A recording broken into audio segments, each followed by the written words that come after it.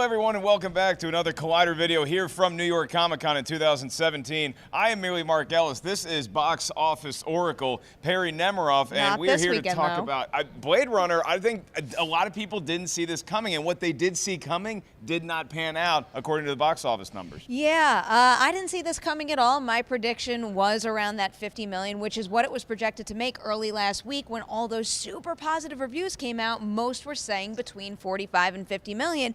And the number it came down to right now, as we're recording this video, the estimate has it at $31.5 million with a $7,769 per theater average. And for a movie of this scale, that's not that great. Yeah, so some of the facts are that it did open very wide. I believe it's the widest opening in October history. In over 4,000 theaters this movie came out, and its running time is beefy. It clocks in at about 2 hours and 45 minutes, and it's rated R. Were any of these prime factors in the reason why it disappointed, or do you think there's something else at work here? Well, I think the first and the major reason that it disappointed was that running time. One, because that means they could screen the movie less amounts of times throughout the weekend. But on top of that, a lot of times when we're talking about a big movie coming out and making a crazy amount of money, it's not just about a lot of people going out and seeing it once. It's about repeat viewings, and in the long run, that's going to be a factor too, because let's say someone wanted to go see Blade Runner twice this weekend.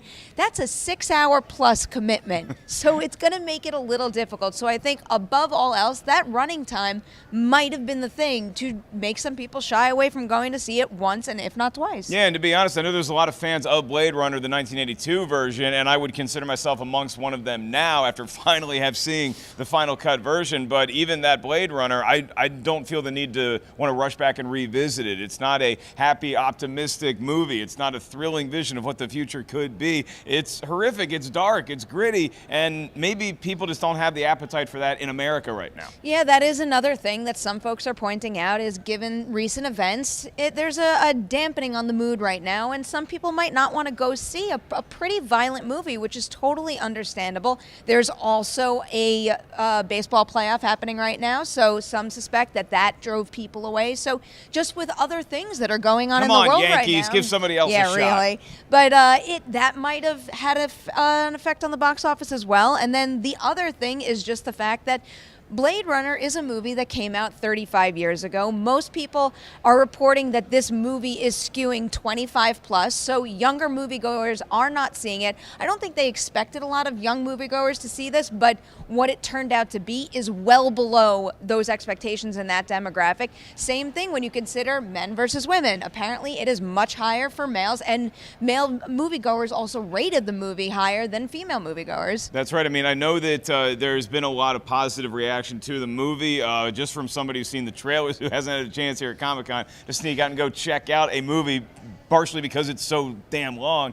It's because this movie looks visually gorgeous. It looks like something I want to check out, but I totally understand if people don't have the appetite or the ability to go see it this weekend. I think something else, and another reason why it's such odd news, is that the movie cost $150 million to make. So when it is below expectations for the opening weekend, that thud lands that much harder. Yeah, there's that point. And then there's the fact that people are saying this should get an Oscar nomination, no matter what category you're talking about. If you're saying Best Picture, Best Cinematography, Best Score, Best Sound Design, those are all things that could have been a possibility had the movie crushed it at the box office. I wouldn't say that its performance completely decimated those chances, because really, I am rooting for cinematography, sound design, and score right now in particular. I hope it pans out, but when movies like Mad Max, let's say, make a lot more money than expected, that gives them a boosted chance at the Oscars. Well, don't worry, Blade Runner. You got at least 14 more bucks coming your way later on tonight. And you movie theaters, stay tuned, because I'm probably going to be getting a large popcorn, because I can't control myself in a movie theater.